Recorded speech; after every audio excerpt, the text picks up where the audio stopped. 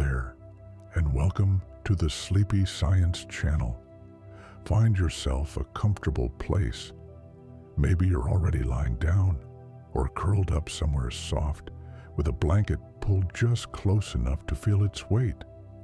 Take a breath in through your nose, slow and easy, and let it go just as gently. There's nowhere you need to be right now.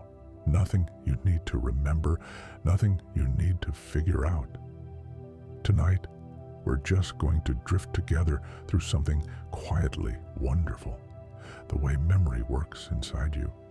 It's a strange and beautiful thing, memory, not loud, not dramatic, more like a library built from light and feeling, tucked somewhere behind your eyes, humming softly even as you sleep. And the more you learn about it, the more you understand that your mind has been doing something miraculous every single day, as quietly as leaves turning in autumn. So let your shoulders drop, let your jaw soften, and let's begin. Somewhere deep inside your brain, right now, there are about 86 billion neurons, tiny thread-like cells, each one reaching out to touch thousands of others. They look in many ways like trees, with long trunks and branching ends, like a forest seen from above on a clear, still morning. You carry an entire forest inside your head. Every thought you've ever had has moved through it like a breeze, rustling from branch to branch. That forest never goes completely quiet. Even now, while you rest, it murmurs. Scientists who listen to the sleeping brain through their instruments describe a kind of slow, rolling tide of electrical activity. Waves that move across the surface like wind across a wheat field. These waves are part of how your brain takes everything you experience today and slowly, gently, begins to decide what to keep. Memory doesn't work the way we sometimes imagine, like a photograph or a recording. It's softer than that, more impressionistic. When you experience something, your brain doesn't capture an exact copy. Instead, it captures the feeling of it, the outline of it, the texture, like pressing a hand into warm sand and lifting it away. What remains is a shape, not a hand, but somehow still entirely recognizable. The first time any experience touches your mind, it passes through a small, curved structure called the hippocampus. This little part of your brain, nestled deep and quiet as a stone under a river, is the first gatekeeper of memory. It helps decide whether an experience is worth holding on to, whether it has enough weight, enough emotion, enough novelty to be filed somewhere more permanent. Think of the hippocampus as a librarian, patient, gentle, always listening. It receives everything you bring it during the day. A conversation, a scent, the particular slant of light through a window, and it begins, very carefully, to sort. Your earliest sense of something you've experienced is called a sensory memory. These are the most delicate memories of all, and also the shortest lived. When you see a candle flame and then close your eyes, you can still see its shape glowing softly against the dark for just a fraction of a second. That's sensory memory. It lasts less than a heartbeat, maybe half a second for something you saw, a little longer for something you heard, like the echo of a raindrop after it falls. Most of what you sense disappears almost immediately, and that's not a flaw. That's the mind being wise, letting go of the unnecessary, keeping only what it needs. Every moment of every day, your senses are flooded with information, the temperature of the air, the hum of distant sounds, the feeling of fabric on your skin. If you remembered all of it with equal intensity, the weight of it would be enormous. So your brain lets most of it dissolve, like mist on a warm morning, and holds on to only what matters. What does move forward from sensory memory enters what scientists call working memory, or sometimes short-term memory. This is the part of memory you use when you hold a phone number in your mind just long enough to dial it, or when you follow the thread of a sentence you're reading. Working memory is small, cozy, and a little temporary. It can hold roughly 7 pieces of information at once, give or take a couple. Some researchers describe it like a small, lit desk in the middle of a very large room. The desk is where the current work happens. The large room holds everything else. You can feel your working memory in action right now, actually. The way you're holding on to the beginning of this sentence, even as you read its end. It's a gentle kind of holding, easy and unforced, like carrying something small and light in an open palm. From working memory, certain things, the things with enough meaning, enough repetition, enough emotion, begin their slow migration into long-term memory. This is the deep library, the vast, dim, beautiful archive that holds your childhood, your skills, your knowledge, the face of someone you love, the smell of your grandmother's kitchen, the feeling of a summer that ended years ago. Long-term memory has no known limit. Scientists have found no ceiling, no wall, no boundary to how much a human mind can hold. It stretches on, room after room, like a forest that never quite ends, no matter how far you walk into it. And it stores things in different ways, in different places. Not all memories live in the same part of the brain. The memory of how to ride a bicycle lives somewhere different from the memory of what you had for breakfast. The memory of a piece of music lives differently from the memory of a face. Each type of experience has its own quiet corner of the library. There are memories that hold facts and stories, called declarative memories. These are the ones you can speak aloud. I went to the sea last summer. The capital of France is Paris. My dog's name was Rosie. These sit near the surface, easy to reach, easy to share. And then there are memories that live deeper in the body as much as the mind, called procedural memories. How to swim, how to sign your name, how to catch something falling before your mind has even registered it's falling. These are memories so embedded they feel less like remembering and more like just being. They live in the muscles, in the hands, in the feet, in the spine. Right now, as you lie still and breathe softly, both kinds of memory are gently settling, like snow that has been stirred into the air throughout the day, and slowly, slowly drifts down as night deepens, landing without sound on the quiet landscape of everything you are. The brain doesn't store memories in single places. That's one of the most quietly astonishing things about how memory works. Each memory is distributed, held in pieces across different areas, the way a story might be kept in different chapters scattered through several rooms of a very large, peaceful house. When you remember something, the sound of rain on a rooftop, say, your brain doesn't retrieve a single file from a single drawer. Instead, it reassembles the memory from pieces. The sound comes from one region.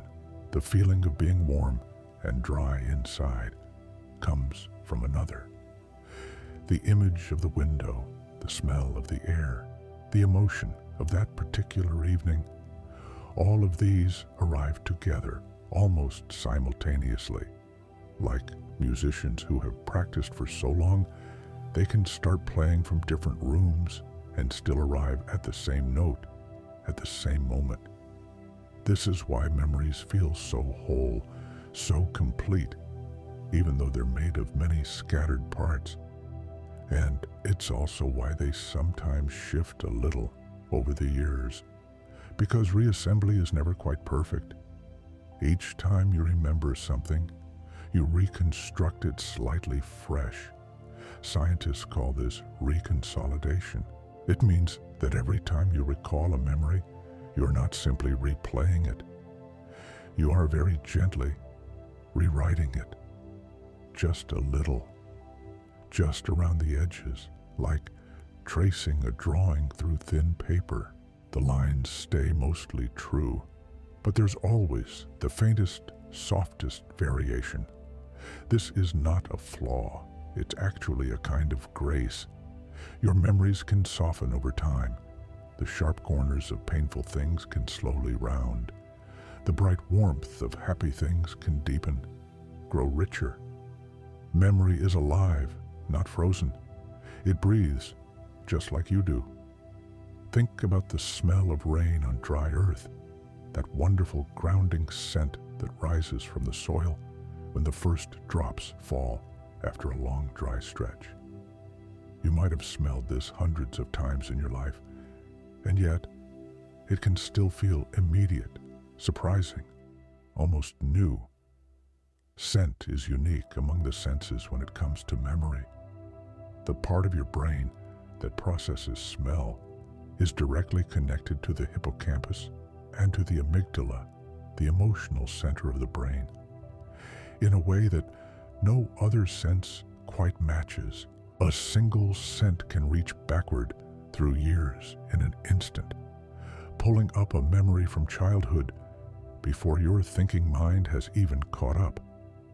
This is why a particular perfume can bring someone back so completely you almost hear their voice.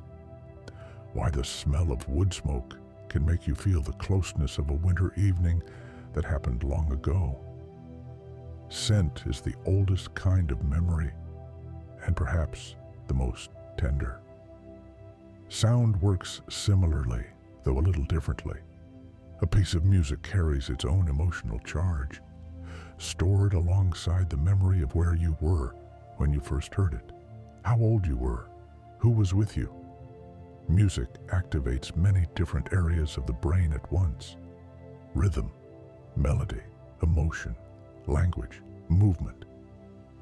And because of this, musical memories are among the most durable and the most beautiful that the human mind holds.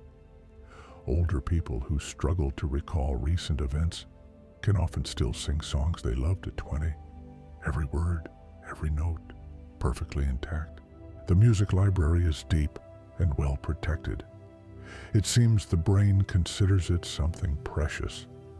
Even now, if a melody you love came quietly into the room, some part of you would recognize it almost before you were aware of hearing it. That recognition happens faster than thought. It rises from somewhere very old and very settled in you, like a word in your first language, like the knowledge of how to breathe. The brain also stores memories differently, depending on how emotional they were when they happened. When something is accompanied by strong feeling, joy, wonder, love, even startlement, a small almond-shaped structure called the amygdala becomes involved. The amygdala sits beside the hippocampus, nestled in close, and when it is activated, it seems to say to the rest of the brain, "This one matters. Hold it carefully." And so the brain does. This is why you remember your first morning at the sea more clearly than an ordinary Tuesday from the same year.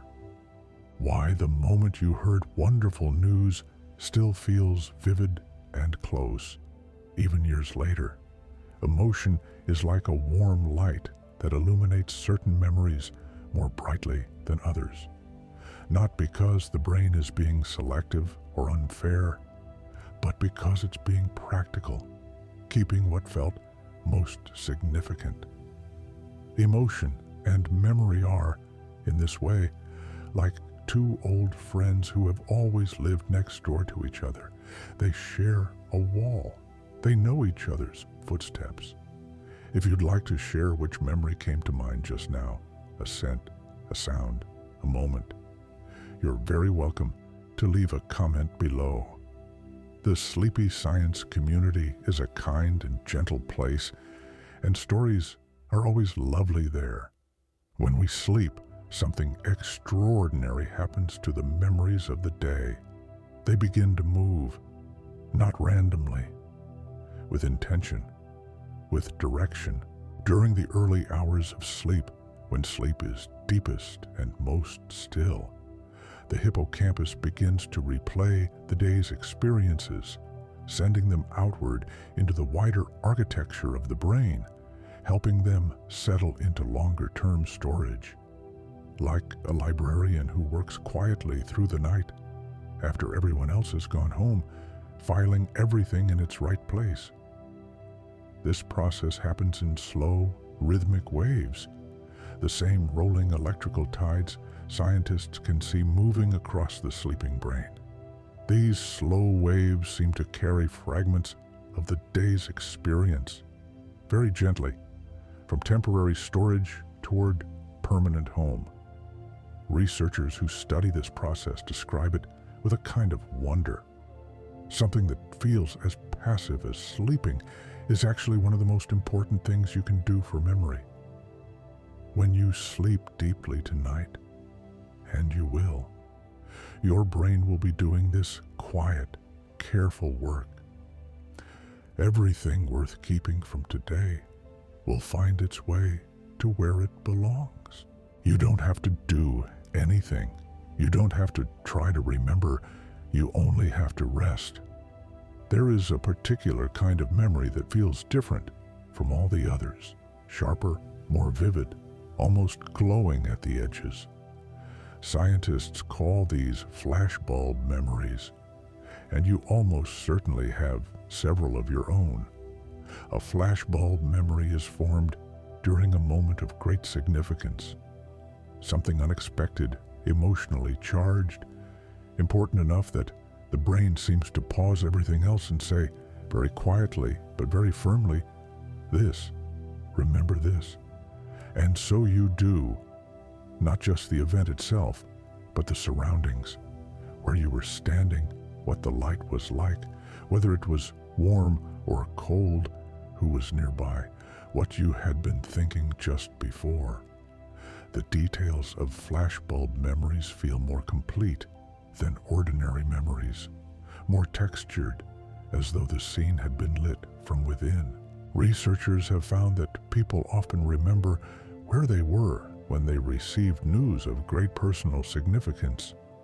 A birth, a reunion, something that changed the shape of their life, with this particular quality of brightness. Interestingly, even flashbulb memories are not perfectly accurate.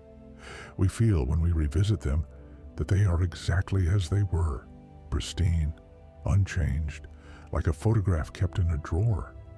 But studies that have followed people over many years, asking them to describe the same memory again and again, find that the details shift slightly over time, even as the emotional certainty remains completely intact. The feeling of the memory stays true, even as the precise facts soften a little at the edges. This is a strange and rather beautiful paradox.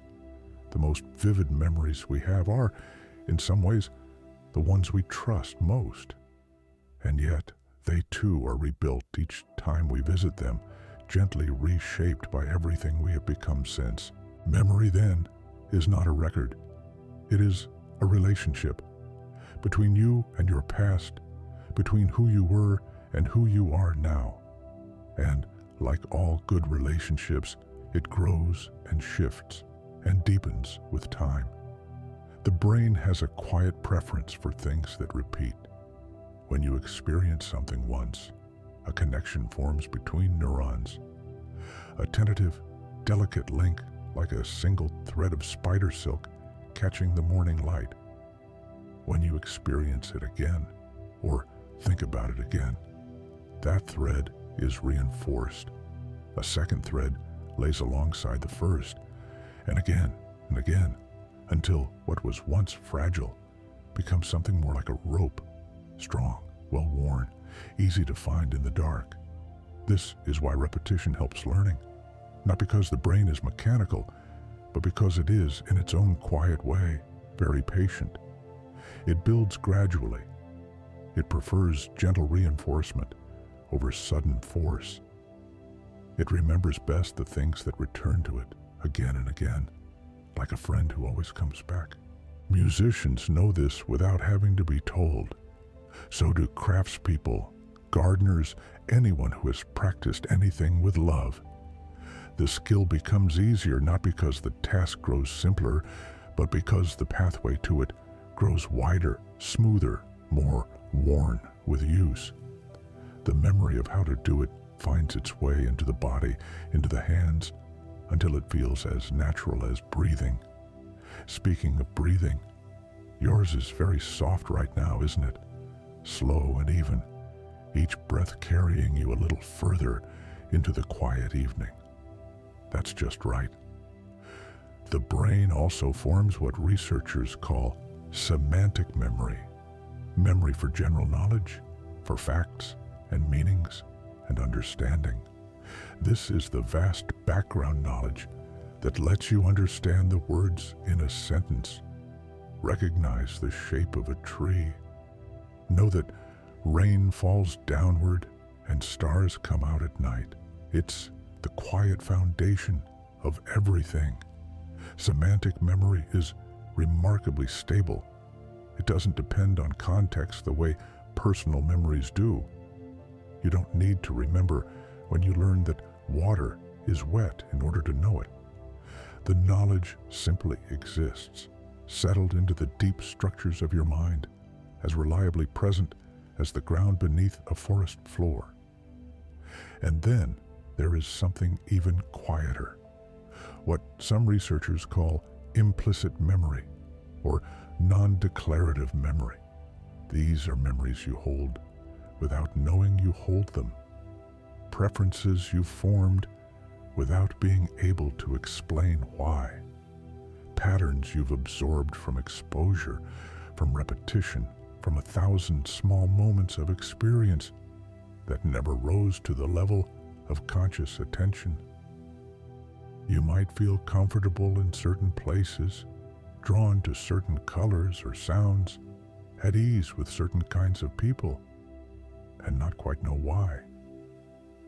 Often, it's because memory has been quietly working, building associations, forming preferences, laying down invisible pathways that your conscious mind follows without knowing they're there.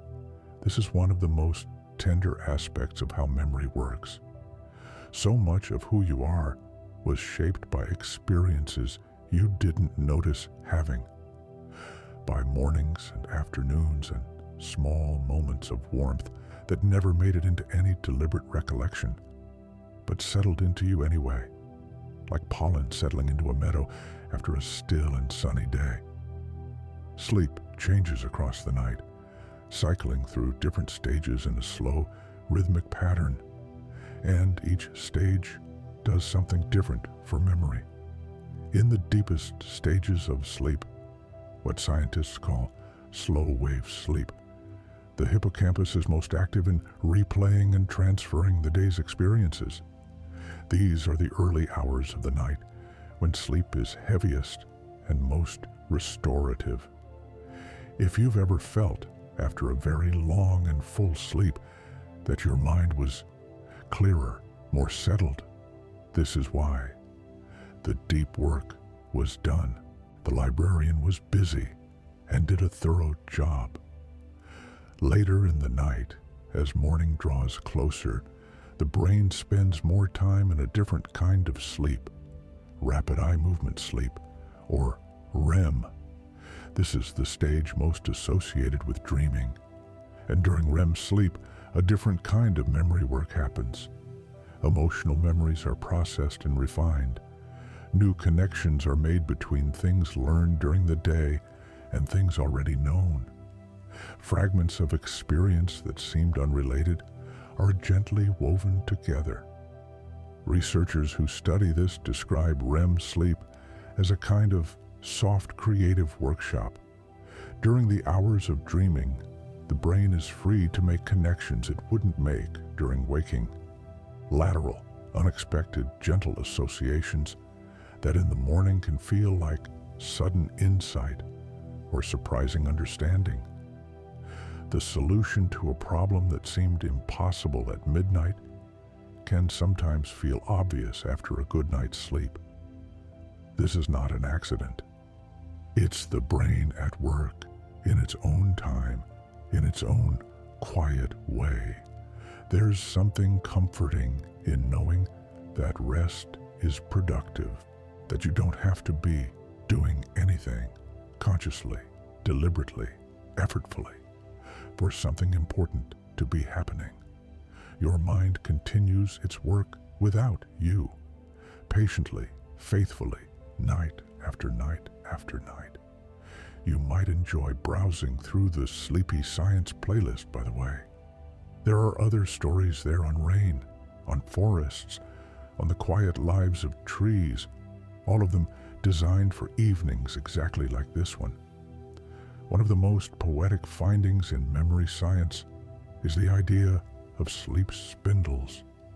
These are brief, sudden bursts of electrical activity that appear in the brain during a certain stage of sleep, like small, bright fireworks seen from a very great distance, or like the momentary shimmer of a fish turning just beneath the surface of dark water. They last only a second or less. Sleep spindles appear to be involved in the consolidation of certain kinds of memories, particularly factual memories, learned skills, things recently studied or practiced. The more sleep spindles appear during a night of sleep, the better people tend to remember what they learned the day before. This has been found in study after study with different kinds of learners, different ages, different types of material. So, when you find yourself drifting towards sleep after a day of learning or experience, letting yourself fully go, fully soften into rest, your brain is preparing to do some of its most careful work. The spindles will come, the slow waves will roll, the librarian will be busy, and in the morning, more will have settled into you than you might expect. Memory and attention are deeply connected. You can only hold on to something if, at some level, you noticed it in the first place. And attention is not simply a matter of trying harder or concentrating more. It's a gentle thing, actually. It flows naturally toward what is meaningful, interesting, new, surprising, or emotionally resonant. When something captures your attention, genuinely captures it, not because you're forcing yourself to focus, but because something in it speaks to you, your hippocampus becomes more engaged. The experience is tagged in some quiet neurological way as worth holding. The encoding, as scientists call it, is deeper. The memory later is clearer. This is why you remember so much more from the books that moved you than from the ones you forced yourself through. Why the lessons that came alive for you stayed with you, while the ones that felt lifeless dissolved. Attention follows meaning, and meaning follows memory. The three of them move together through a life, inseparably linked. You might leave a like on this video if it's keeping you company this evening. It means a great deal and helps others find their way here too. There is a word for the eerie feeling of recognizing something you are certain you have never seen before. Déjà vu, French for already seen. Almost everyone has experienced it.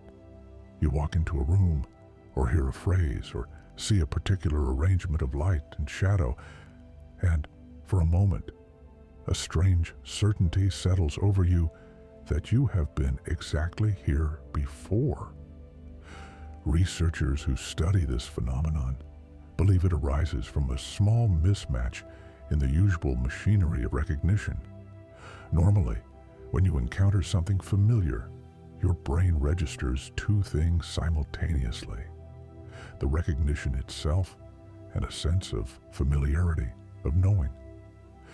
These two things happen together smoothly, like two notes of the same chord.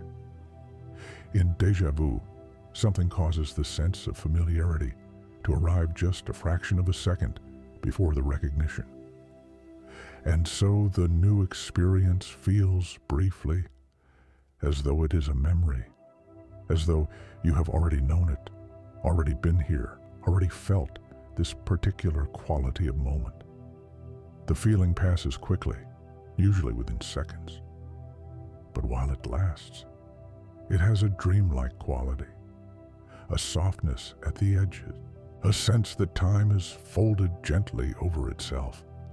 Most people experience déjà vu more frequently when they are tired, slightly stressed, or in a new or stimulating environment.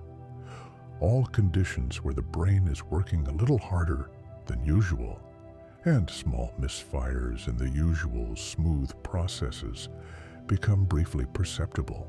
It's a peek behind the curtain, a momentary glimpse of the machinery that usually runs so silently you forget it is running at all. The opposite experience also has a name: jamais vu, never seen. This is when something entirely familiar suddenly feels strange, unknown, slightly unreal. You might write your own name, and suddenly the letters seem foreign. Or you might say a word so many times in a row that it loses its meaning and becomes just a sound. Language researchers sometimes use this second phenomenon, called semantic satiation, to study how meaning is held in the brain. Both of these strange experiences are reminders that memory is not passive. It is constantly working, recognizing, comparing, checking what is new against what is known, updating and revising its models of the world, even in moments of stillness, even when you feel most quiet. Your brain right now, while you rest, is doing this, gently taking stock, filing, comparing, softening. You don't have to guide it. You couldn't if you tried. It knows what it's doing. It has been doing this for as long as you've been alive. Children's brains are particularly wonderful to consider in the context of memory. In the first few years of life, the brain is building connections at a staggering rate. Up to 1 million new synaptic connections every second by some estimates. The world is entirely new, and almost everything that happens is being encountered for the first time.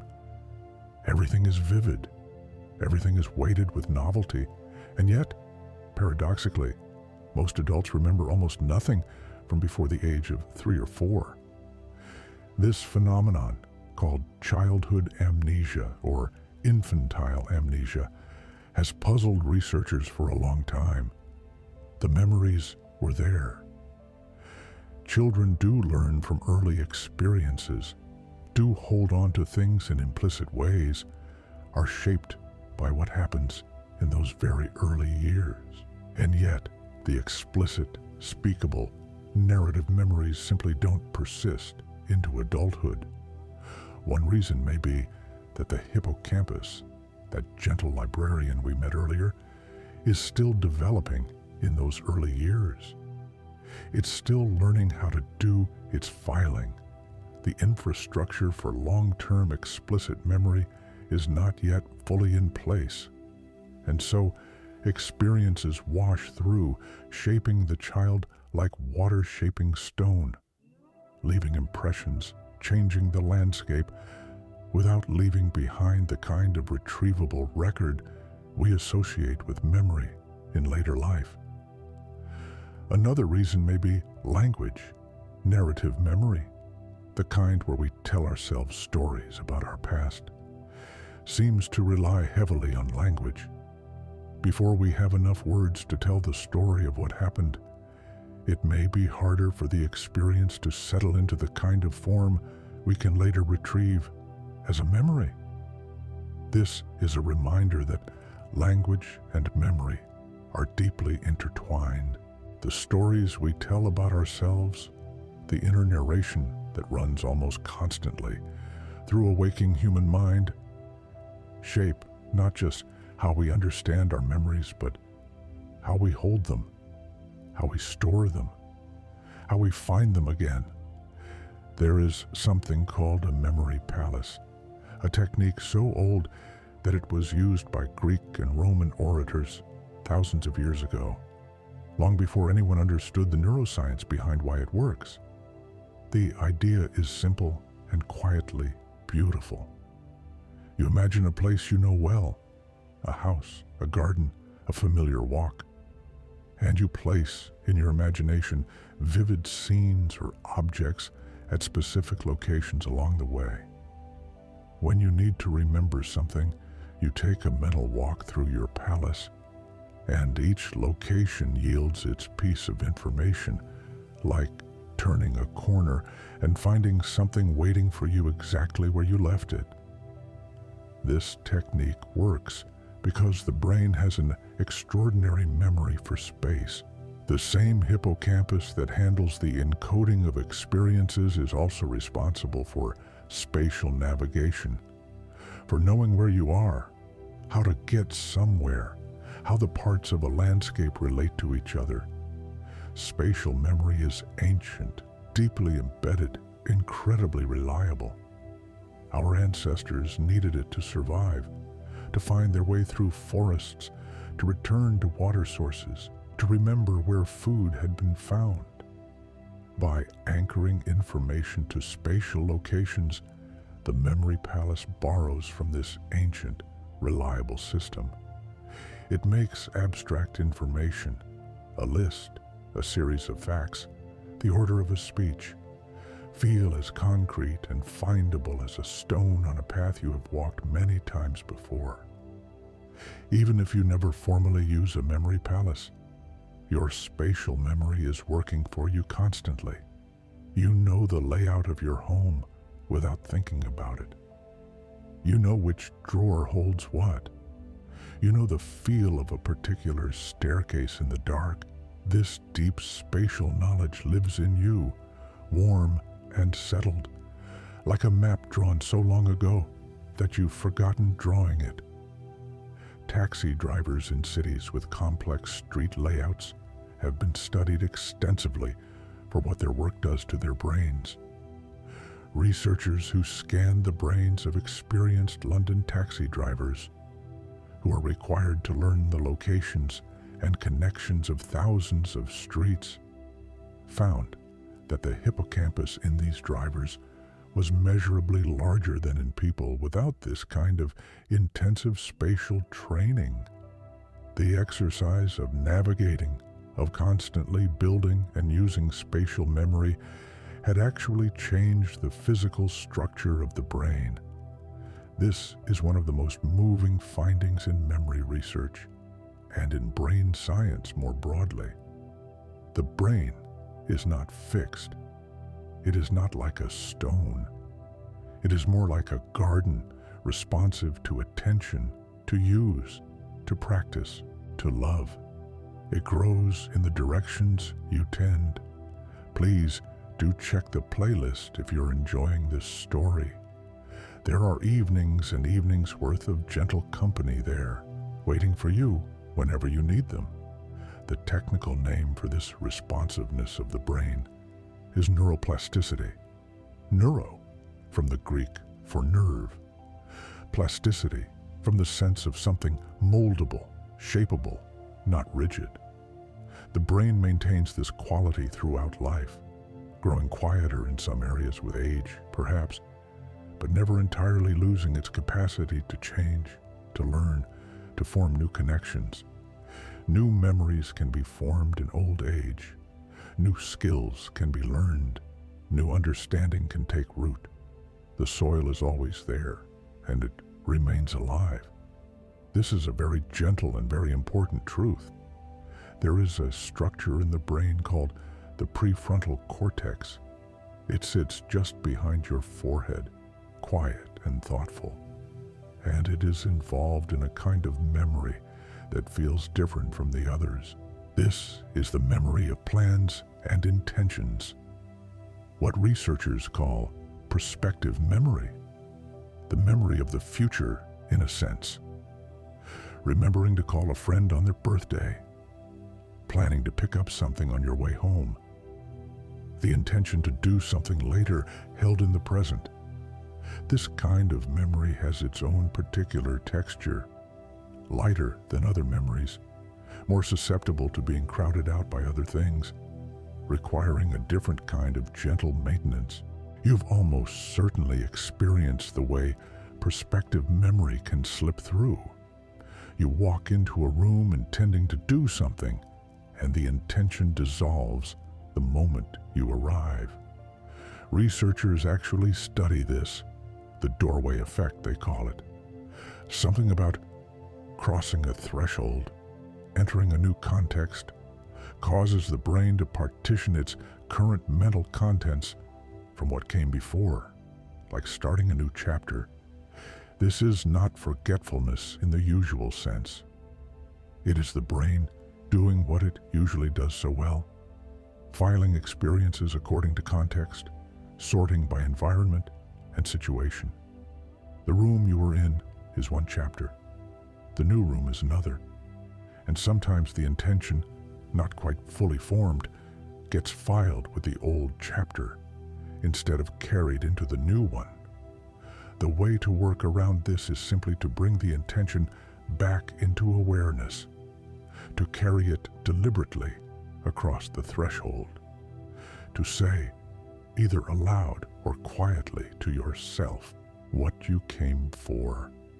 The act of naming something, articulating it in language, binds it more firmly to the present moment and to where you currently are.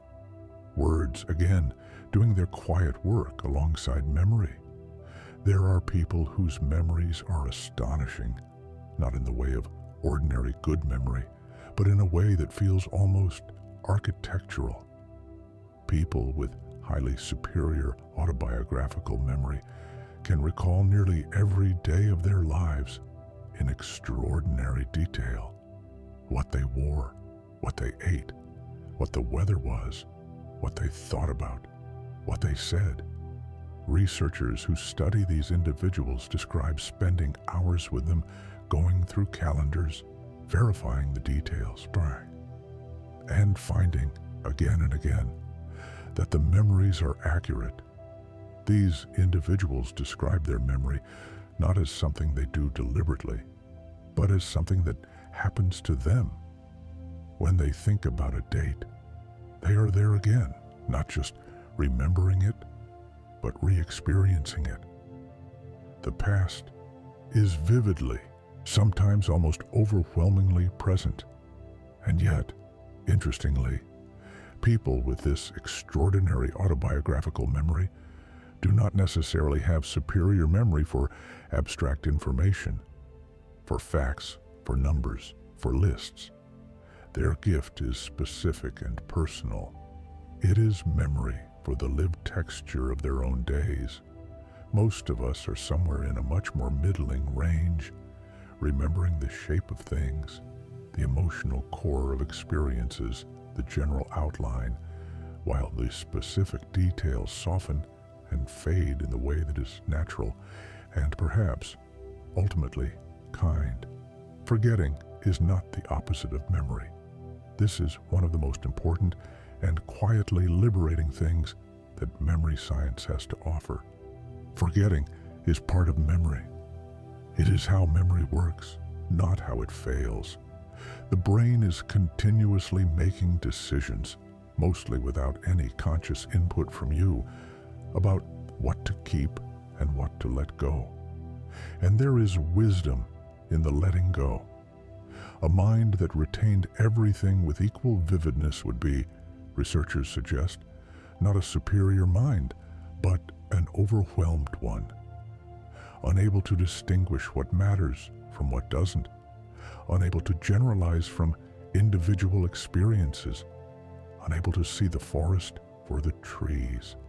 Hermann Ebbinghaus, a German psychologist working in the 1880s, a quiet, patient man who used himself as his own research subject, was the first to systematically study forgetting.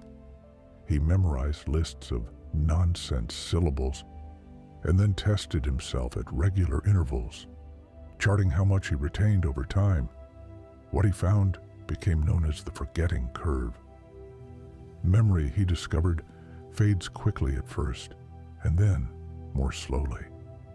In the hours immediately after learning something, a great deal is lost. But what survives those first hours tends to be more stable, more resistant to further fading. And what is reviewed, brought back to mind, reconsidered, rehearsed, shows a much gentler forgetting curve, fading more slowly with each successive recall. He found, too, that it is easier to relearn something you once knew than to learn it fresh.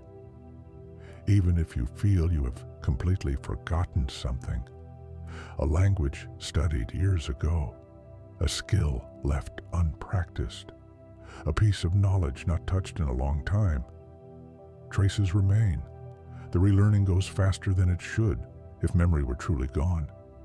Something is still there, quiet and faint, like the outline of a path through a meadow after the grass has grown back.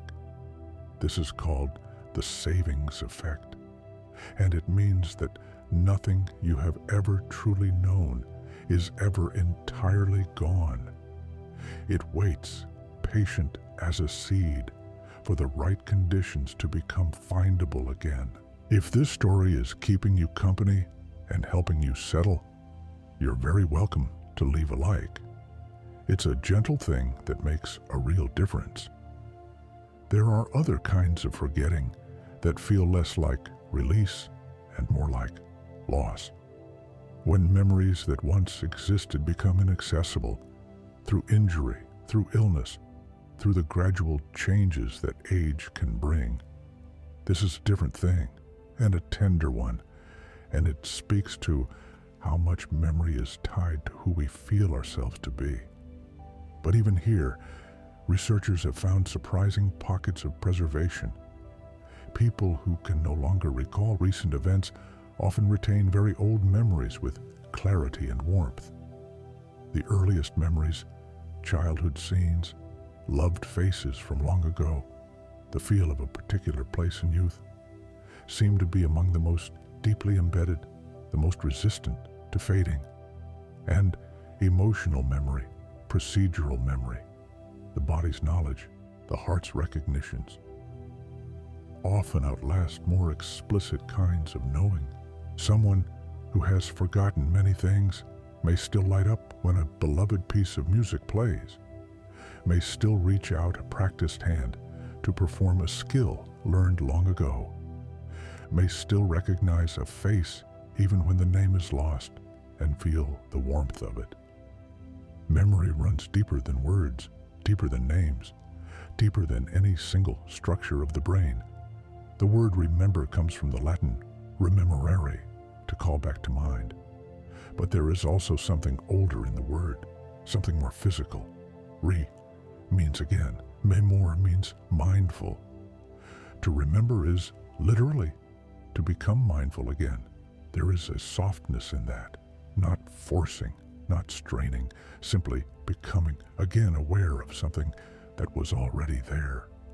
Your brain has a natural rhythm for this. Research on what scientists call the spacing effect shows that memories are most durably formed not by intense, sustained effort, but by returning to something again and again, with time in between. Studying something for a short while, then letting it rest, returning to it a day later, then a week later, The act of remembering, of reaching back and finding something, actually strengthens the memory more than simply rereading or re-experiencing it would.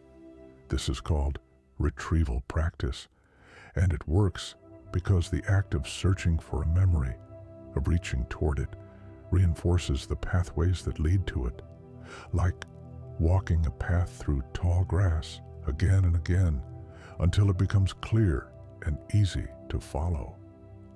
The brain seems to respond to the slight difficulty of retrieval, the effort of searching, by saying in its quiet way, "This one is worth finding again. Let me make the path to it a little wider, a little more worn, a little easier next time." So, forgetting a little, and then remembering. This is not failure. It is, counterintuitively, exactly the process that makes memory most durable.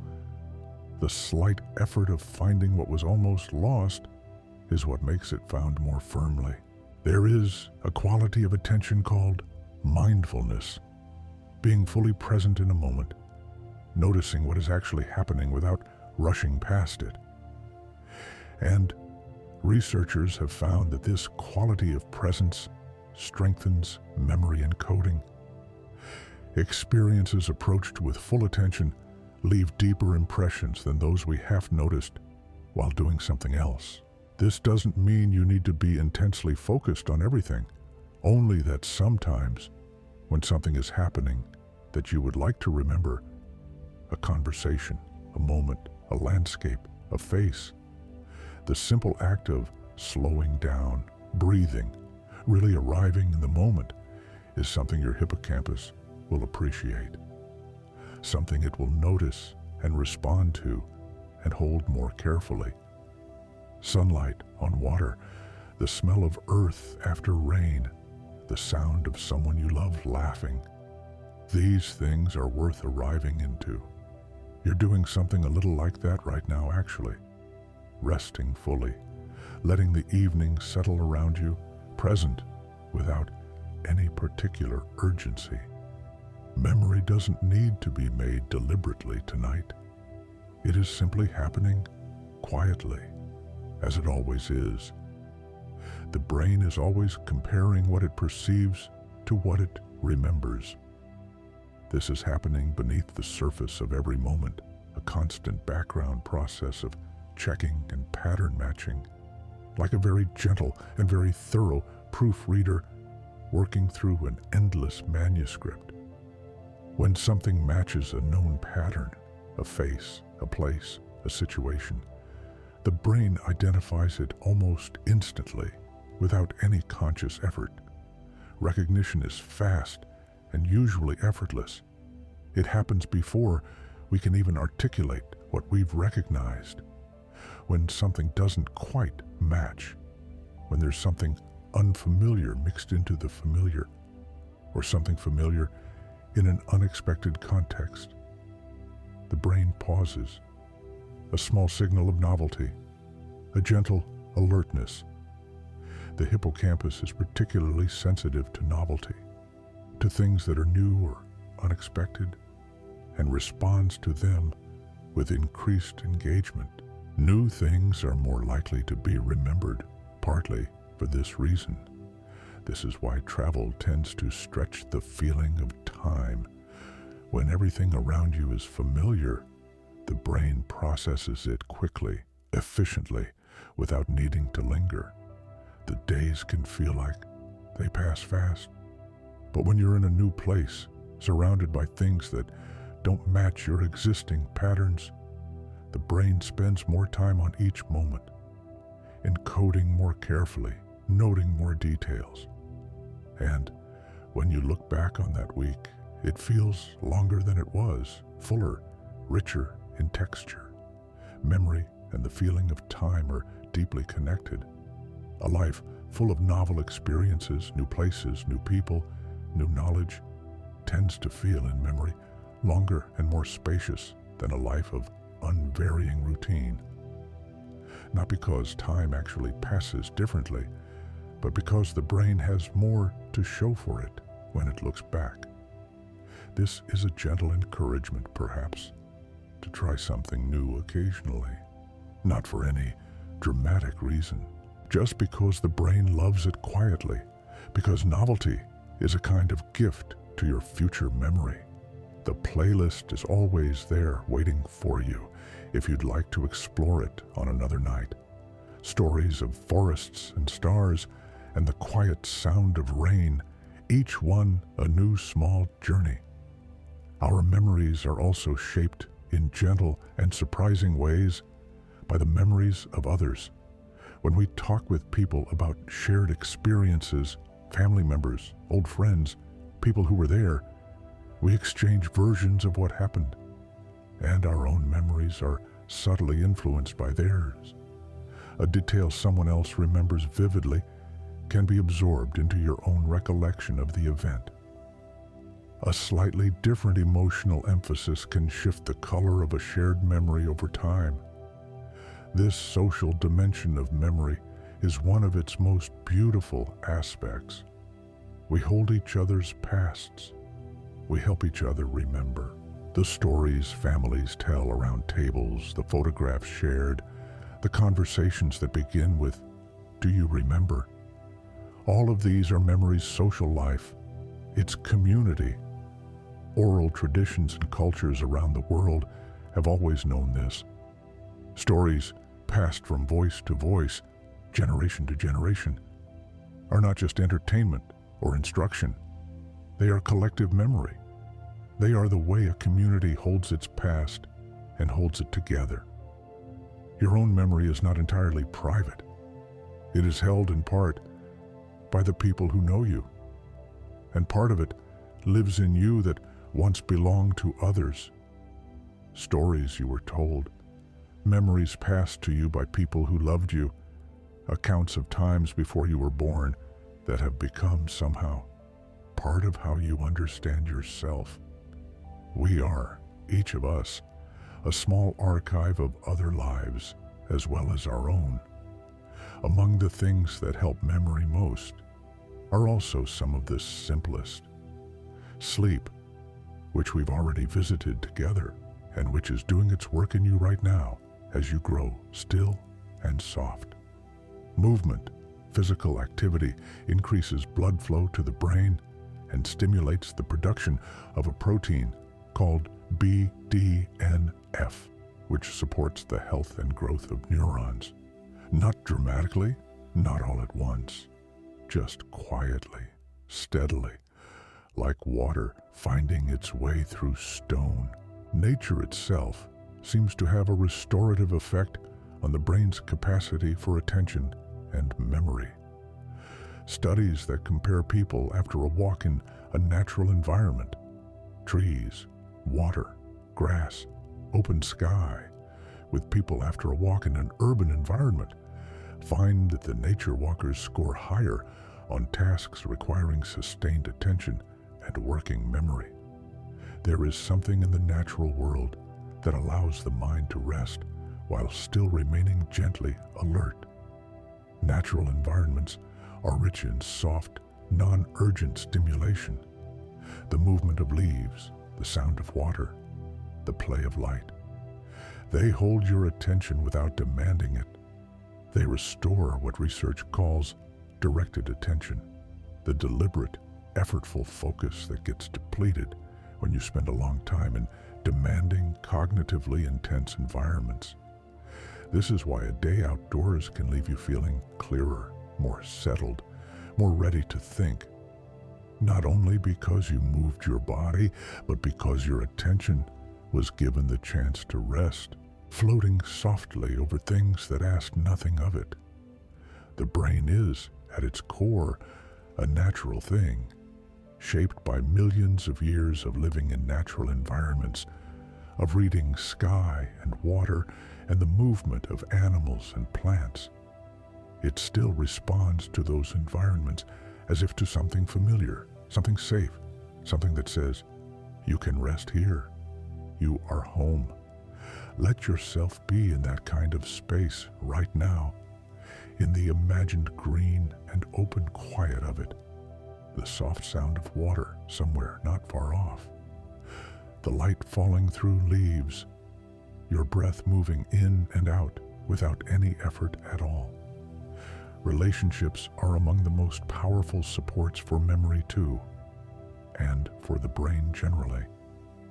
Researchers who study cognitive aging find consistently that people who maintain close social connections tend to show better memory function over time, not just in the sense that others help us remember things, though they do, but in the deeper sense that emotional closeness, feeling known and loved, keeps the mind alive and engaged.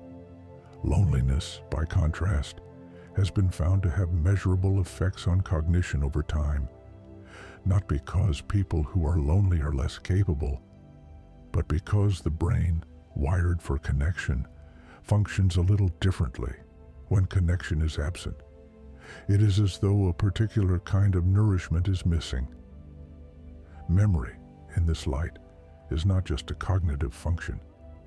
It is something that grows in soil that includes love, that needs warmth and presence, and the exchange that happens between minds that matter to each other.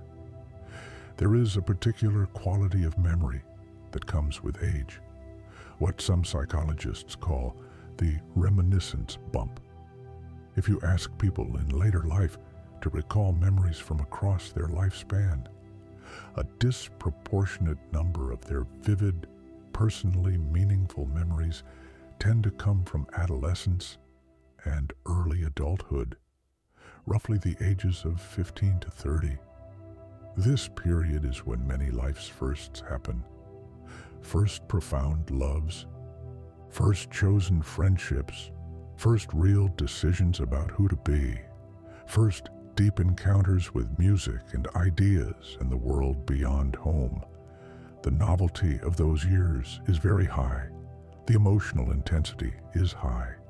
And many of the experiences are happening for the first time, which, as we know, is exactly what the hippocampus finds most worth encoding.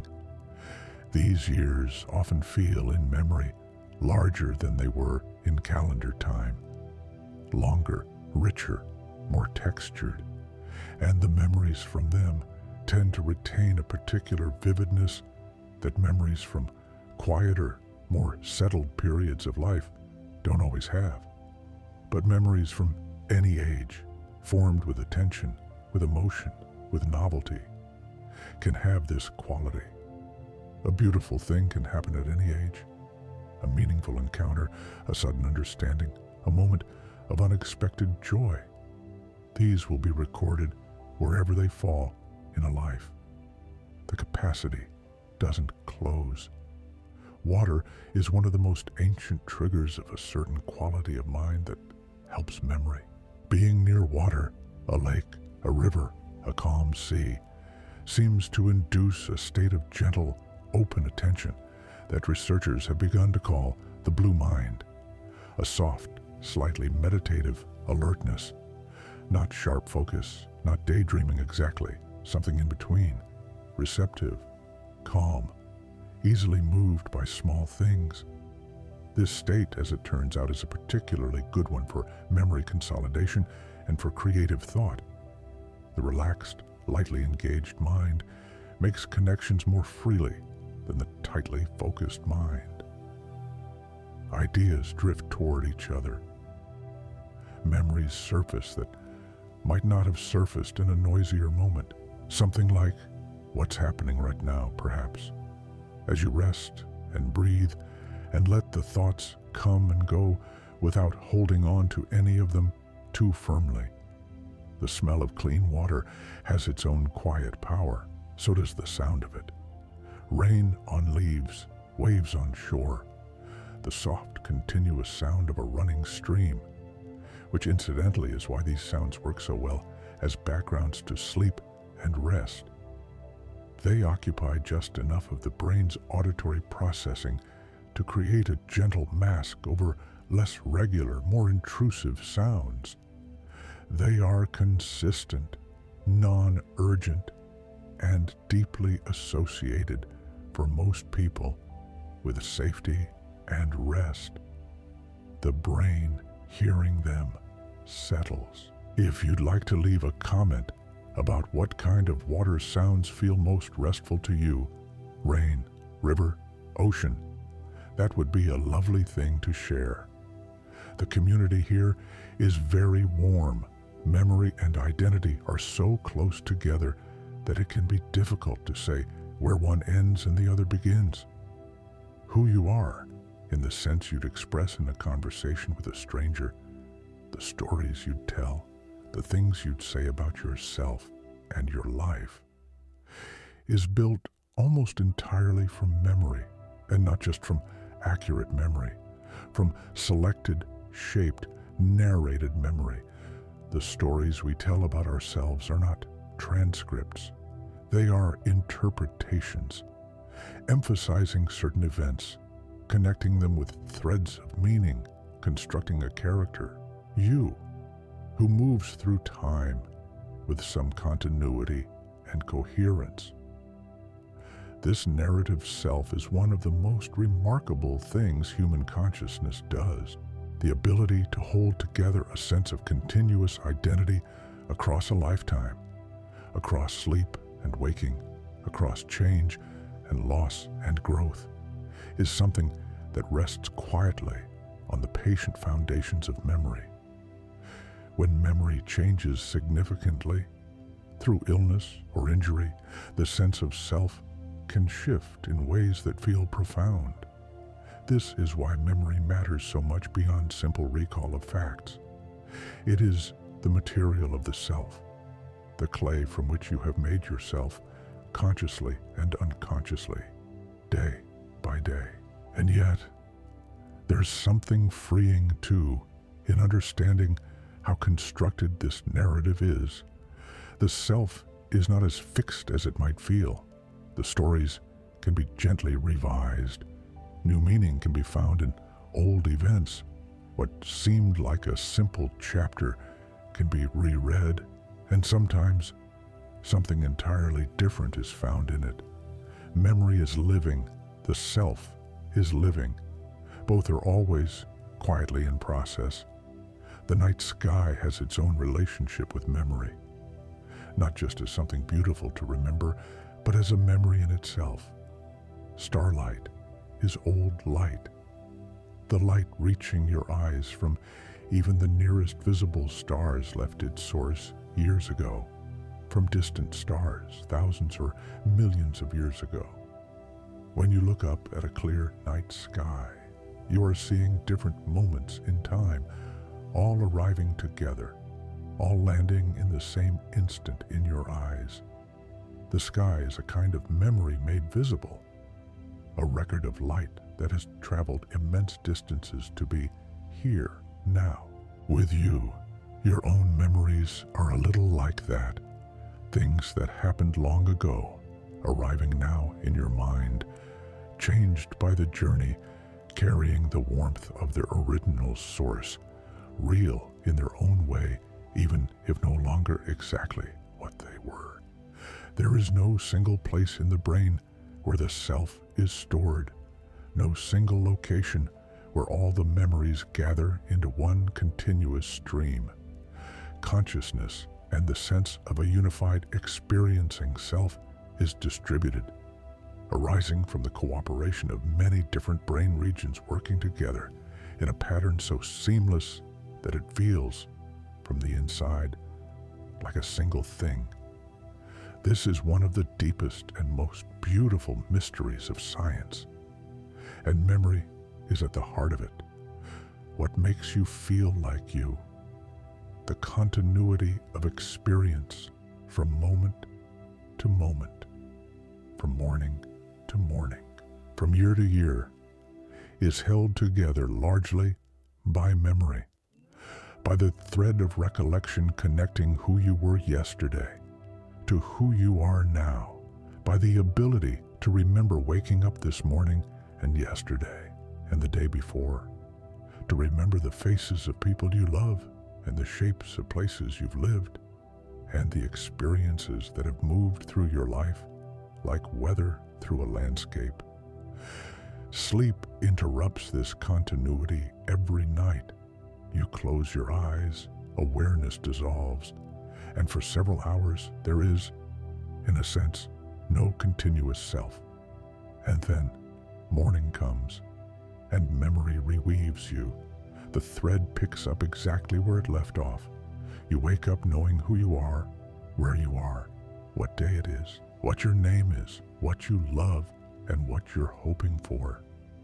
Memory has done this quietly, faithfully, without any instruction from you.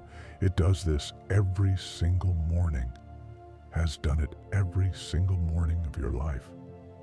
That's remarkable when you sit with it. The way you are always given back to yourself, the way the self reassembles morning after morning from the stored material of all the days before. Tonight, as sleep comes, the thread will be set gently down. Tomorrow morning, it will be picked up again, and you will be there, continuous, coherent, yourself, without having had to do anything at all to make it so. Let yourself go then, very gently. You don't need to hold on to anything right now. Memory will hold it for you. The evening has grown very still. You can feel it, that particular quality of late-night quiet when the world outside has softened its sounds, and the air sits cool and patient, and everything feels suspended in a kind of gentle, breathless peace. Your breathing has slowed. Your body is heavy in the best way. That warm, surrendering weight that comes just at the edge of sleep. Everything that happened today has been received by your mind. The impressions, the conversations, the small moments of light and feeling. Your hippocampus has been listening all day, gentle and faithful, filing and sorting, deciding what to keep. And now, the night begins its work. The slow waves will roll across your sleeping brain. The spindles will flicker briefly and dissolve. The librarian will move through the stacks, unhurried, placing each thing where it belongs. Connections will form between the new and the known. Emotions will soften and settle. Understanding will deepen quietly, without any effort from you. You carry inside you an archive of extraordinary richness.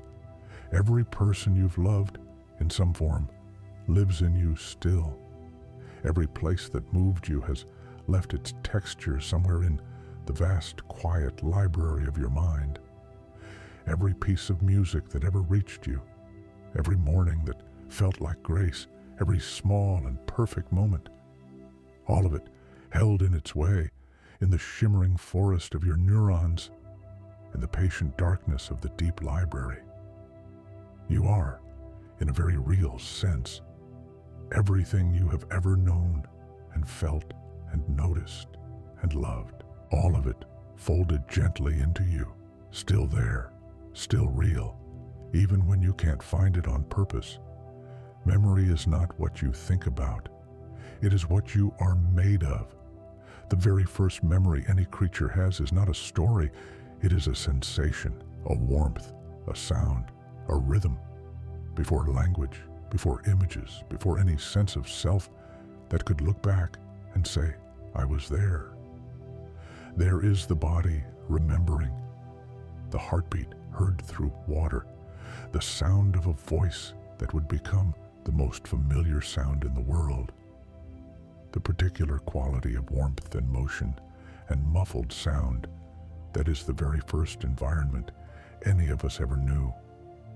These earliest impressions don't leave the kind of memories you can speak aloud, but researchers who study early development believe they leave something, a background tone, a set of expectations about the world, whether it is safe, whether it is warm, whether good things come when you need them. These earliest impressions shape the nervous system in ways so fundamental they feel less like memories and more like the ground itself.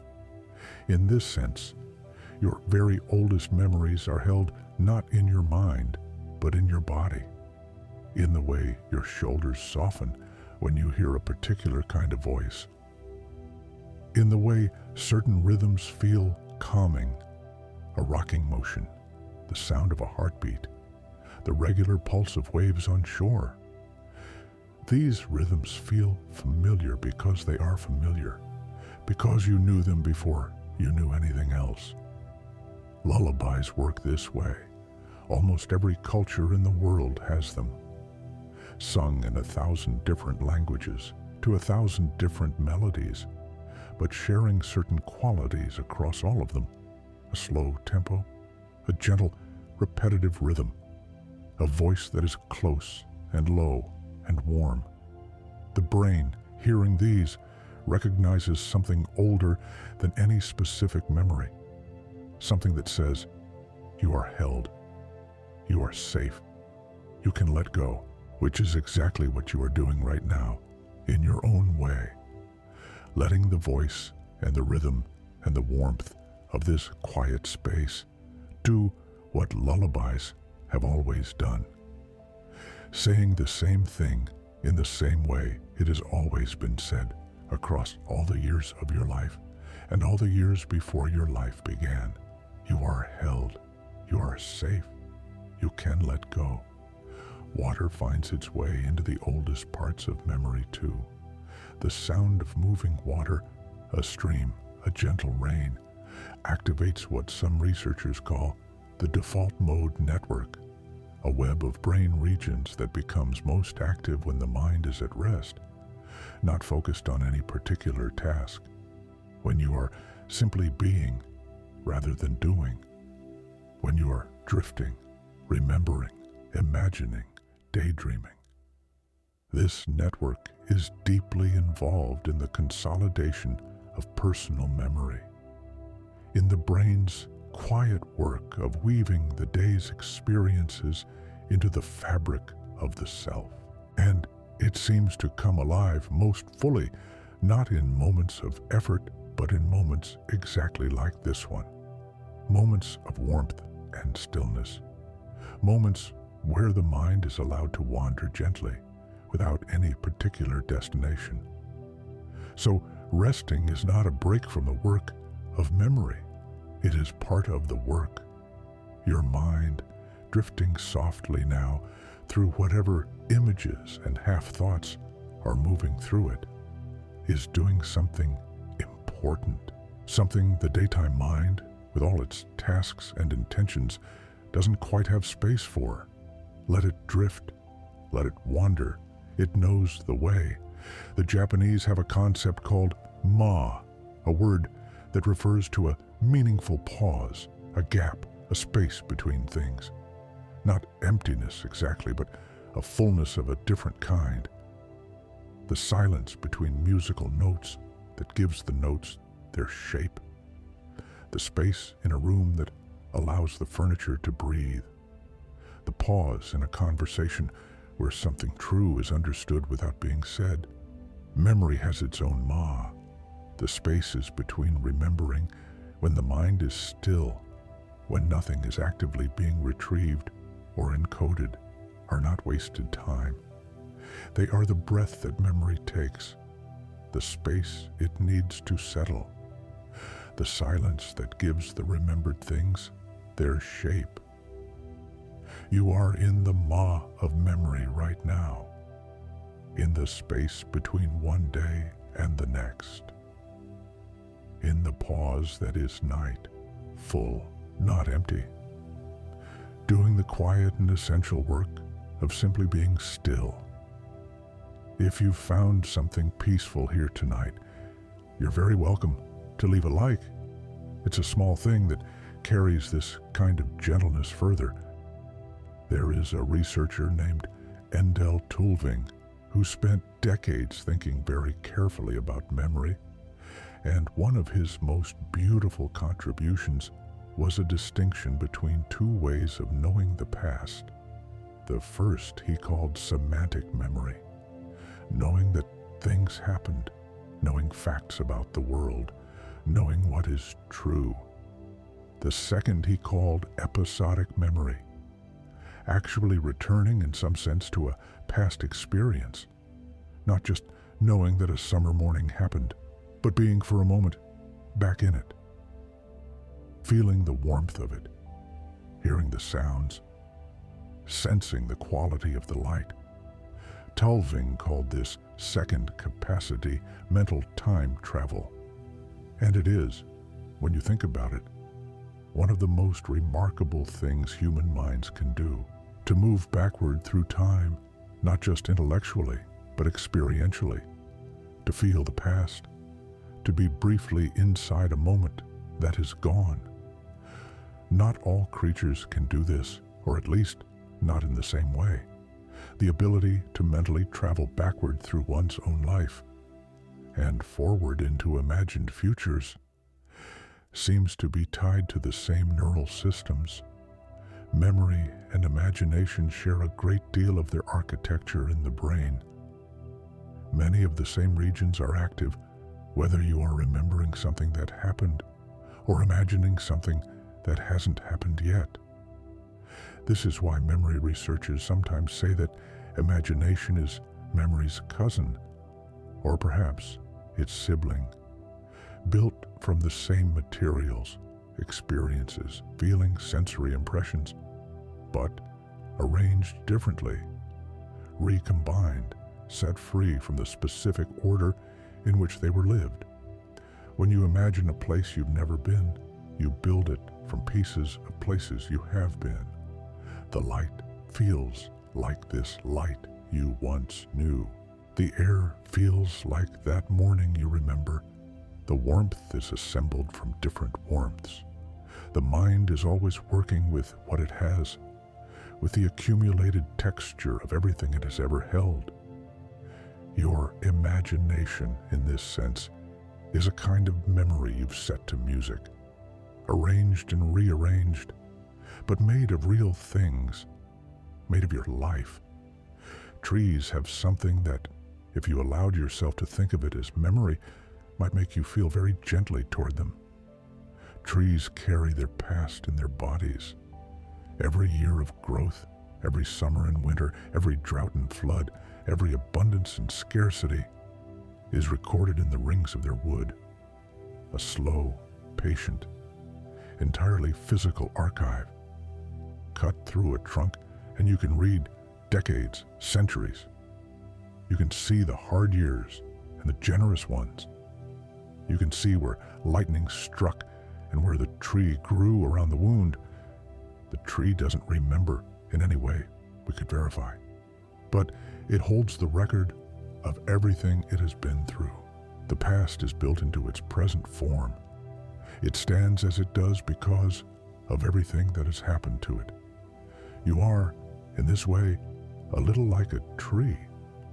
The past is not just something you carry in your mind. It has shaped your body, your posture, your reactions, your preferences, your face. You stand as you do because of everything you have come through. The record is in you. And like a tree, you have grown around your difficulties, added new rings, continued toward the light. Dreams have fascinated people for as long as there have been people, and researchers who study them have found something quietly wonderful. That dreams, strange and sometimes nonsensical as they are, may be doing very useful work for memory.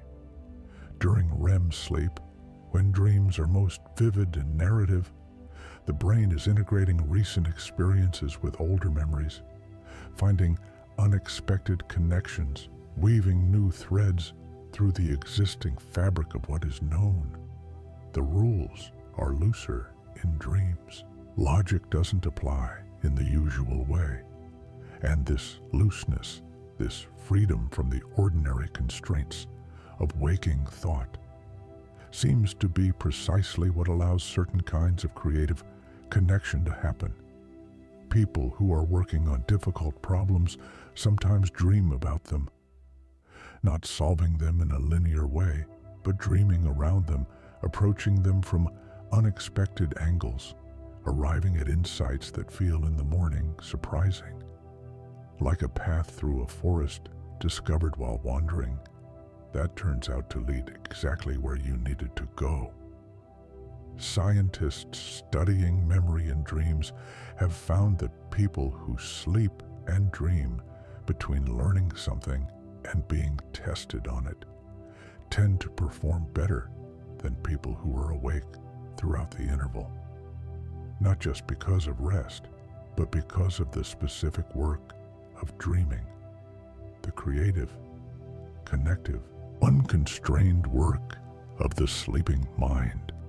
Your dreams tonight will be their own quiet journey.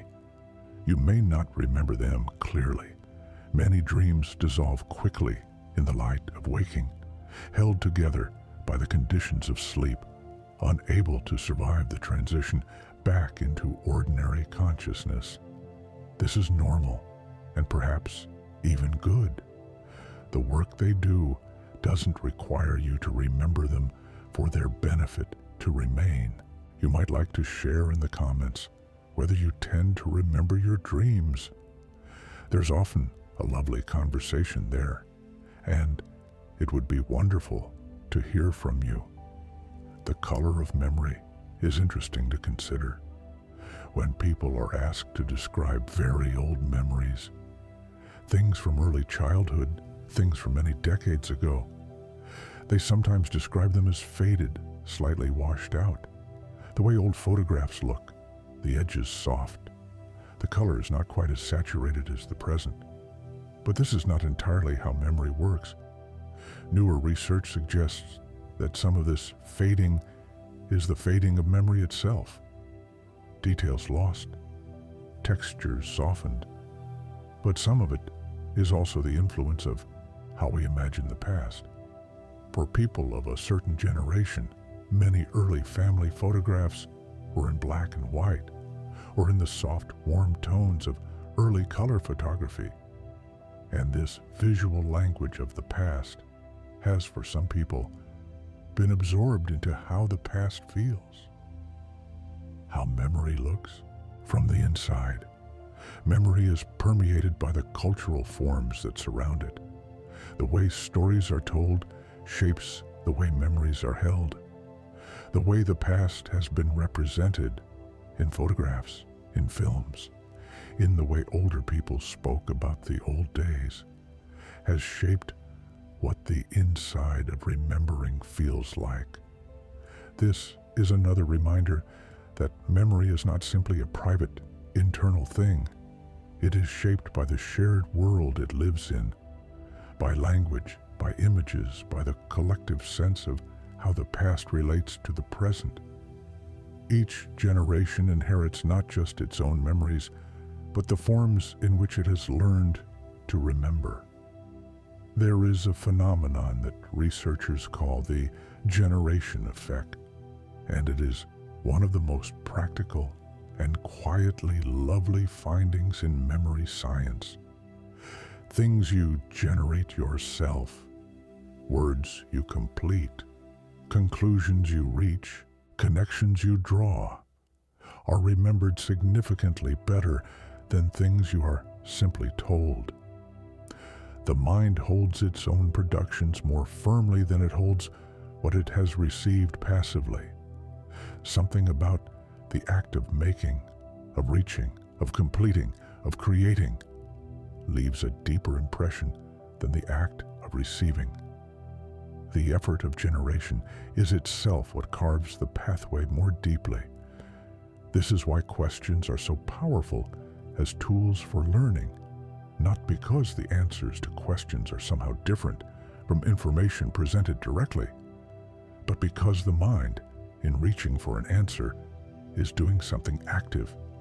It is searching, it is making, and what it makes, it remembers. It's also why telling your own stories about yourself, about what you've learned, about what you've noticed, consolidates memory in a particular way. The act of narrating your own experience, putting it into words, finding the right way to say what happened. This is a form of generation. You are not just retrieving a memory, but reshaping it, making it new again, and in making it new, holding it more firmly.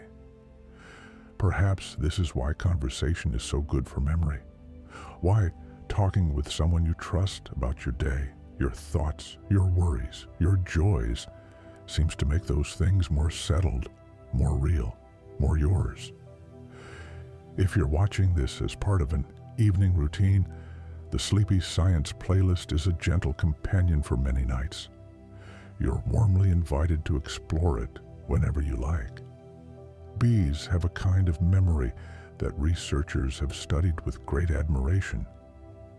A bee leaving the hive to forage must navigate often complex environments, identify flowers by color and pattern and scent, remember which flowers have been depleted and which are still productive, and then return, sometimes flying kilometers, back to the hive. And they do all of this with a brain the size of a sesame seed. The navigation memory of bees involves something like a cognitive map, a spatial representation of their environment, built up through experience.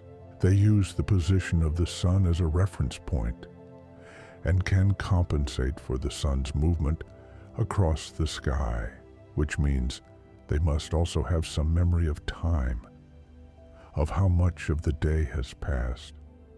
When they return to the hive, they communicate the location of food sources through movement, a waggle dance, a precise and beautiful motion that encodes direction and distance. They are, in a sense, sharing memory, translating their own spatial experience into a form that other bees can receive and act on. Memory made into movement, encoded in the body, shared through dance. There is something very old and very human in that, even in a creature so small. The ocean has been carrying its own kind of memory for billions of years.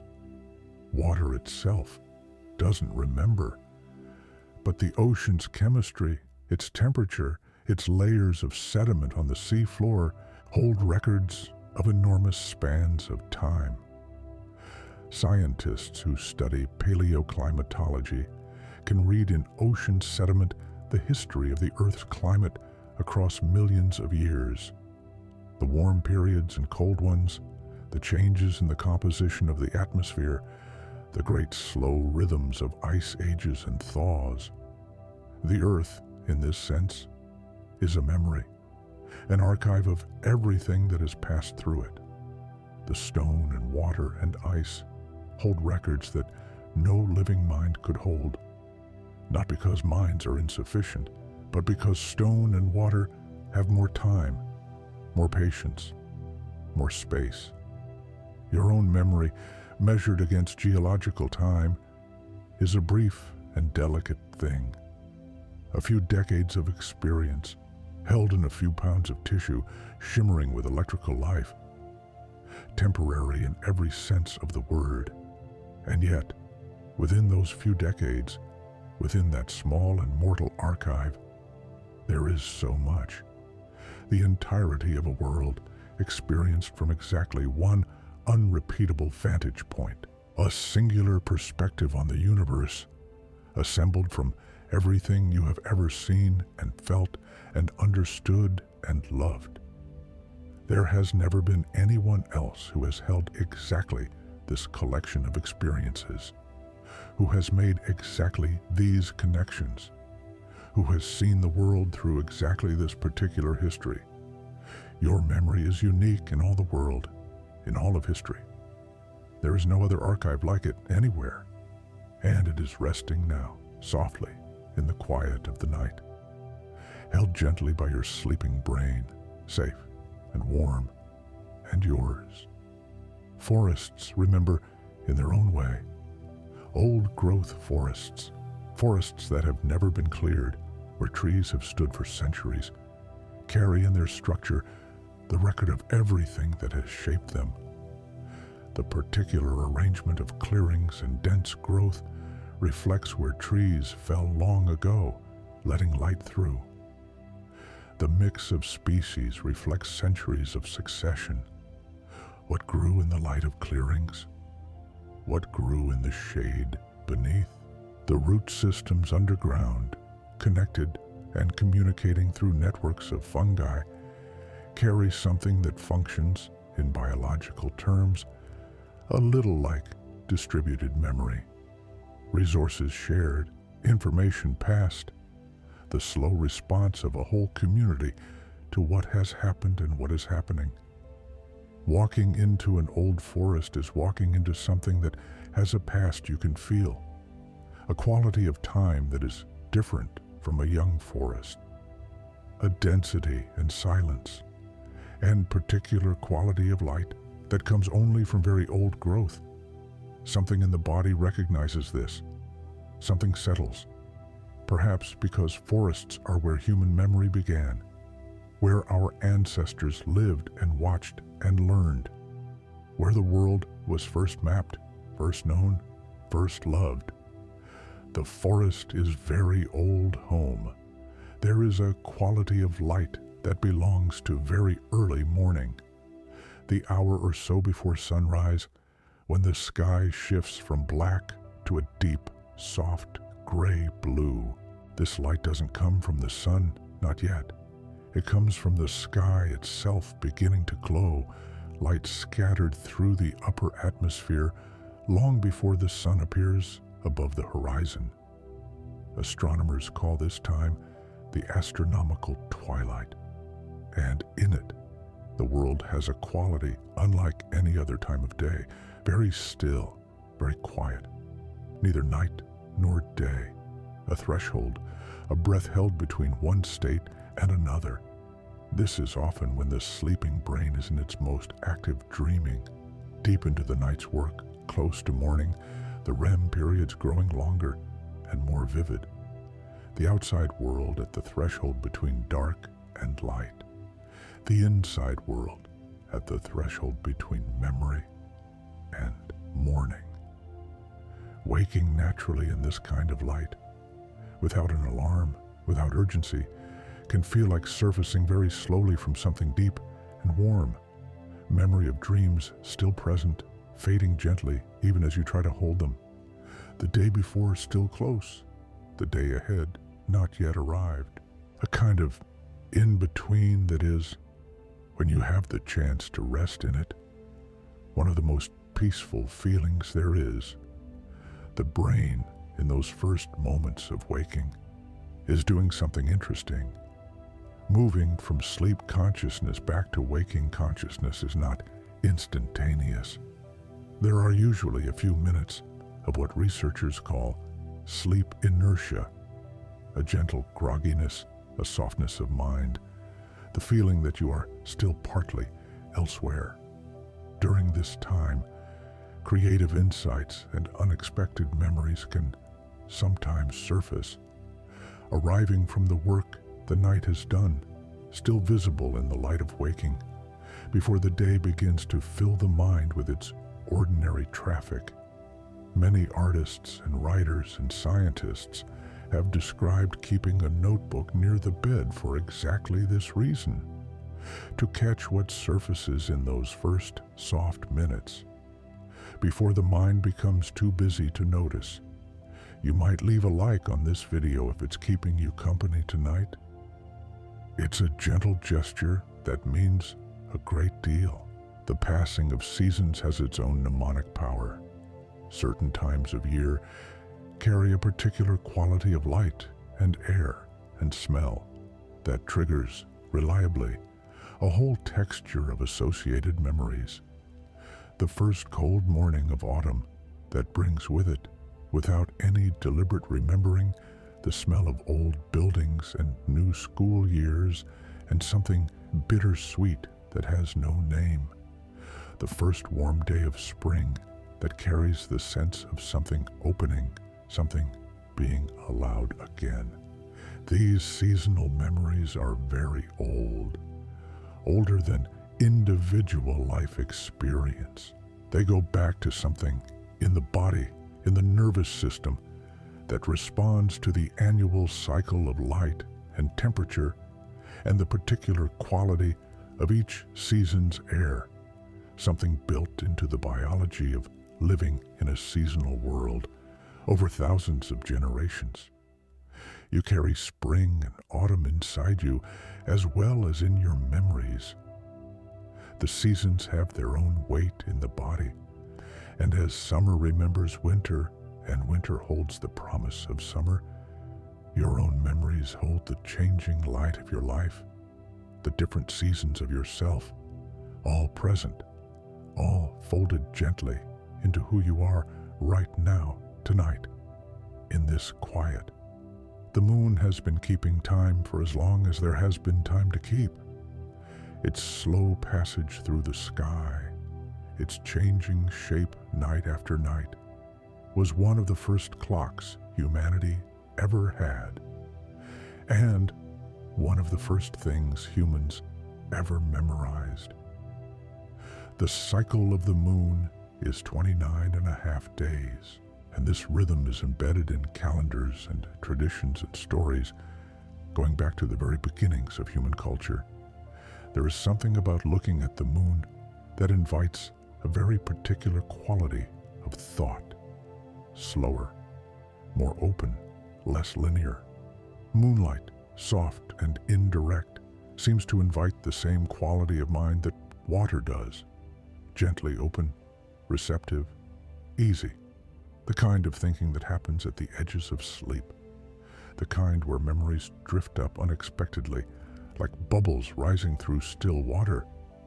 People have always found it easier to remember the past under certain conditions of stillness, not because the past hides in busy moments, but because in stillness the mind has room to go looking. The memories that surface most naturally are often not the ones you deliberately search for, but the ones that come on their own, arriving quietly, unannounced, the way a star becomes visible only when you stop looking directly at it and let your gaze go soft. Memory works this way too. Sometimes trying hard to remember something makes it harder to find. The effortful search closes off the peripheral vision where the memory might be waiting. But when you relax, when you let your attention soften and drift, the word comes. The face appears. The detail floats up from wherever it was into the quiet of the mind. This is called the tip of the tongue phenomenon when it happens with words, and almost everyone has experienced it. That strange, certain feeling of knowing something is there, almost being able to feel its shape, unable to quite reach it. And then, often, the moment you stop reaching, it arrives. The brain retrieves memories most naturally through relaxed, associative search. Not linear, not forced, but lateral. Following one thought to the next, allowing connections to form, trusting the process, the way water finds its way downhill, not by forcing, but by following the available paths, gently, inevitably, arriving where it needs to go. Across cultures and across centuries, people have placed great importance on the act of remembering together, ceremonies and rituals of remembrance, annual days when the past is honored, stories told at particular times of year to particular people in particular ways, the formal architecture of collective memory. These practices exist because humans have always understood, without needing science to tell them, that memory is fragile and precious and needs tending, that without intentional care, the past slips away, not just from individual minds, but from communities, from families, from peoples, The stories we tell each other are a form of care. The photographs we keep, the objects we hold on to, the places we return to, all of these are memories scaffolding, external supports for something that lives inside but needs the outside world to help it stay. The smell of a particular food can hold a whole family history. The shape of a piece of furniture, seen after many years, can bring back not just memories, but a physical sense of being younger, of being in the presence of people now gone. Objects carry memory not inside themselves, but in us, in the associations we have built around them, layer upon layer over years of returning. This is why certain objects feel almost sacred to some people, not for any material quality, but for the weight of memory they carry. A cup, a book, a worn piece of clothing. These things have become, through use and love and time, memory made physical, a form of externalized archive. Archaeologists who study ancient human sites find these kinds of objects, things kept long past their practical usefulness, worn smooth by handling, placed carefully, and recognize in them something familiar, the human impulse to make memory material, to give the past something to hold on to in the world of things. The stones that remain from ancient monuments, circles and rows and careful arrangements that took enormous effort to construct, are, in part, memory systems, ways of marking what mattered, of holding knowledge in stone when paper didn't yet exist, of making the past visible, findable, present. Stone outlasts mind, and those who placed the stones understood this. The playlist is there whenever you want it, full of quiet evenings like this one. You're always welcome. As you lie here in the soft and breathable dark, your brain is beginning the process of deciding what today was, which moments to keep, which feelings to weave more deeply into the fabric of who you are, which things, gently and without any loss, to let dissolve back into the general texture of days. This is not a process you need to guide. It is not a test you need to pass.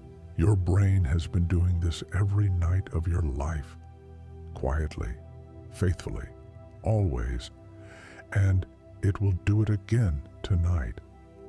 The experiences you had today that meant something, even something small, even something you didn't consciously notice, will find their way into you more deeply before morning, a moment of beauty, half noticed, a feeling of ease, briefly present, something kind that happened, or something kind that you did. These are being held right now, being considered, being filed with the care they deserve. You are, tonight, becoming a little more of who you are going to be, not in any dramatic way, just in the quiet, daily way that all growth happens, slowly, without fanfare, mostly while you're not looking. Fireflies carry a kind of memory in their light. Each species has its own pattern of flashes, a specific rhythm and duration and interval that other fireflies of the same species recognize. The pattern is encoded in the insect, innate, not learned, a memory carried in the genes rather than the brain, a form of species memory built up over evolutionary time, preserved because it worked, passed forward because it mattered. When fireflies rise from a summer meadow at dusk, each one blinking in its own pattern, they are speaking in a language that has been remembered for millions of years, in a conversation older than any human word. You carry gene memories too, responses and reactions and tendencies that came to you through your ancestry, shaped by the long history of what kept people alive and connected and well. The love of warmth, the response to certain sounds, the way your heartbeat slows in the presence of water. These are very old memories, not yours alone, shared. There is one final thing to hold gently before sleep takes you fully, and it is this. Every day of your life has been gathered. Not one has been wasted, even the ones that felt empty. Not one has gone entirely unmarked by the quiet intelligence of your memory. Every morning of light through a window, every evening of settling into warmth, every conversation, every silence, every small and perfect ordinary moment, all of it has been received in some form into the vast and patient library that you carry. You are, right now, an accumulation of a life. Every version of yourself that has ever existed is still there in some form. Younger, older, different seasons of the same person. The child who noticed the way dew collects on a spider's web. The teenager who felt music as something physical. The younger adult who was surprised by beauty in unexpected places. All of them in you. All of them adding their particular weight and warmth to what you have become. Memory is not just the past. It is what the past has made of the present. It is you, as you are right now, shaped, held, built, and still quietly growing. Your breath is very slow now. The thoughts have grown soft and aimless, the way clouds move on a windless day. Not really going anywhere, just drifting, changing shape, dissolving at the edges. This is just right. This is exactly where you are supposed to be. The night is settled around you, wherever you are, in a room, under whatever sky. There is a quietness now that belongs to you, a warmth that is yours, a darkness that is safe and full and holding you without any effort at all. Somewhere outside, the world is going about its slow nighttime work. Trees are growing imperceptibly. Water is moving. Stars are making their ancient crossing of the sky. Animals are sleeping in their burrows and nests, warm and still. And you are among all of it. One more living thing at rest, one more warm presence in the great, breathing, remembering world.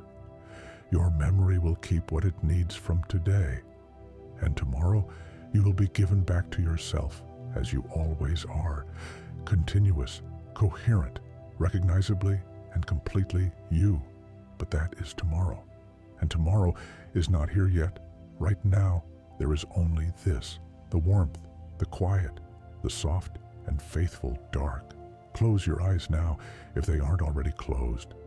Let the night do what nights do. Let the memory hold what is worth holding. And let yourself, just for now, just completely rest.